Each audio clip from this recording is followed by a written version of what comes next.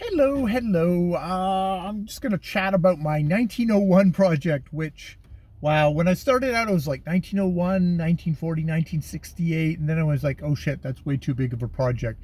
Now, now I'm like, okay, I'm just doing 1901, because like 1901 is the one that I started out with kind of a fascination with, the idea of that was the year that my grandfather was born. It's also the year that Queen Victoria died.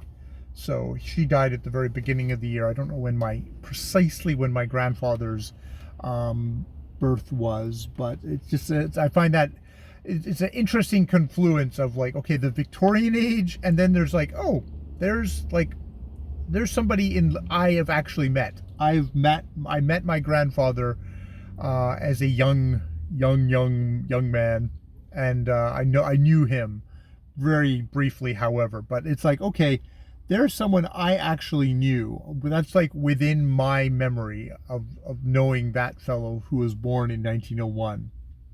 And I've always used it as kind of an anchor for my history of like, oh, okay, that happened then. And like, where's that in relation to my grandfather? Which is odd, but that's been an anchor in my history.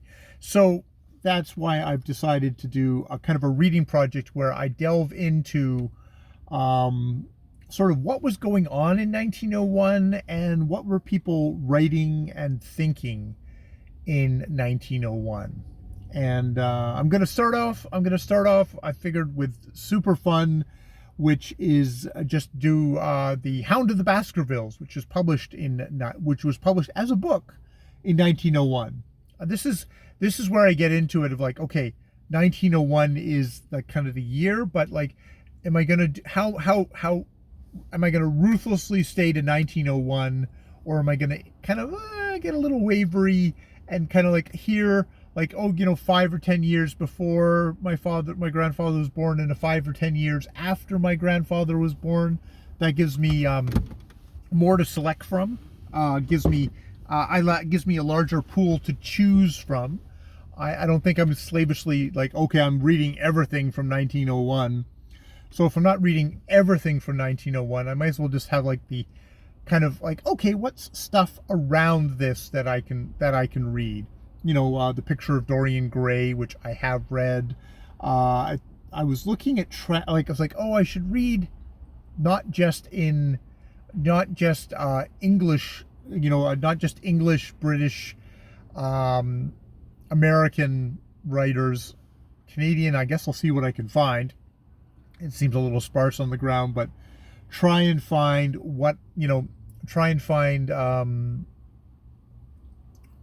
stuff to read from around that period, um, just to give me an idea and try and learn more about the kind of context and when these people were writing in.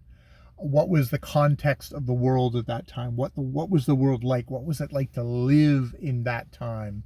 Kind of it's a bit of a somewhere in time kind of scenario where I'm trying to inculcate myself with all the stuff from this period to sort of send myself back in time, and obviously have a great love affair. Don't tell my wife.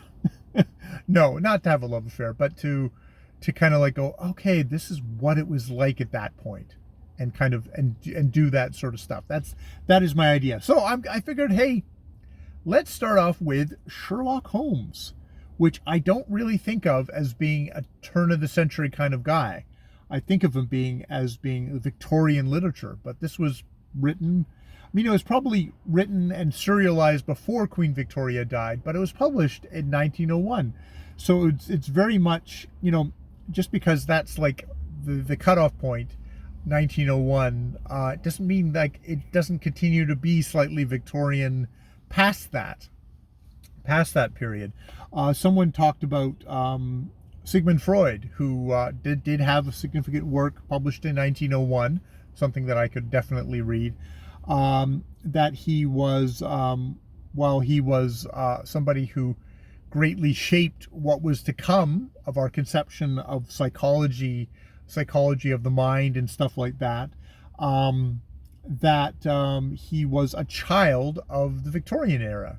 the 19th century. I don't know if he's a German, so I don't know if you an Austrian, so I don't know if you'd specifically say he was.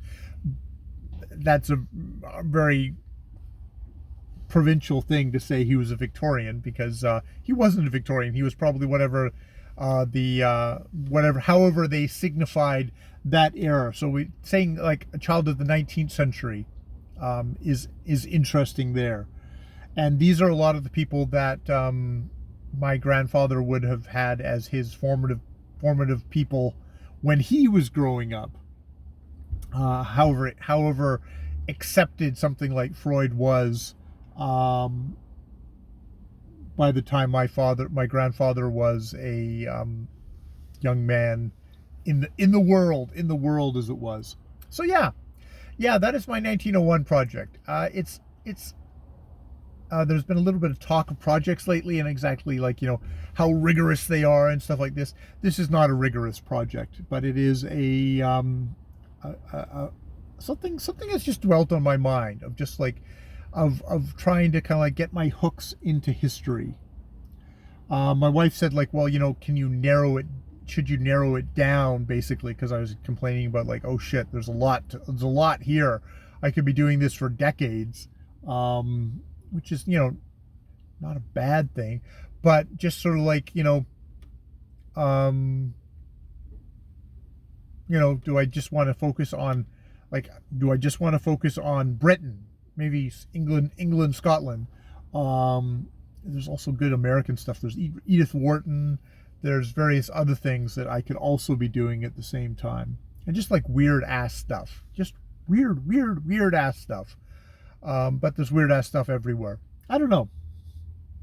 You know, and it's like, yeah, there's stuff like Booker T. Washington has Up From Slavery was published in 1901, which gives me a little less of a white perspective on what the world was like for somebody in 1901, which I thought would be useful.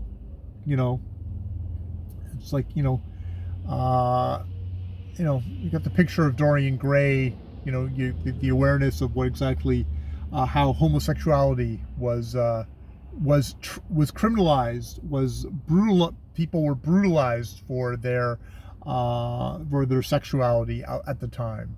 A lot of stuff like this is good to remember, and also, yeah, how women were treated at the time, how other countries were treated by powers like the UK and by America and by Canada at that time. There's a lot of history going on then, which would be interesting to talk about. So it's a giant project. It is giant. It is giant in its scope, which probably means I'll be doing more paring down. But at the moment, I'm going to read Sherlock Holmes and start from there. All right. Because like I'm a genre guy, so a part of this project, because like I said, like, well, some of the stuff that was incredibly popular at the time was super religious novels, Christian piety, moralism, which has got its interests to me, but like I don't know exactly how much fun that's going to be as enjoyable reading. I mean, I don't know. I'm reading Mary Henrietta Kingsley at the moment in Travels in West Africa, which has some reprehensible, rotten stuff to say about some of the peoples of Africa in it. But there's other ways that she's actually quite good company, and actually is like an engaging writer, especially on nature. As a nature writer, she's pretty top. She's quite good. It's just when she gets into cannibalism and just other conceptual stuff. And then there's other times when, in the midst of the fetish stuff, I thought about, this reminds me of some authors that I've contemporary authors I've listened to talk about African stuff, African mythology and stuff. Okay, I'll leave it there.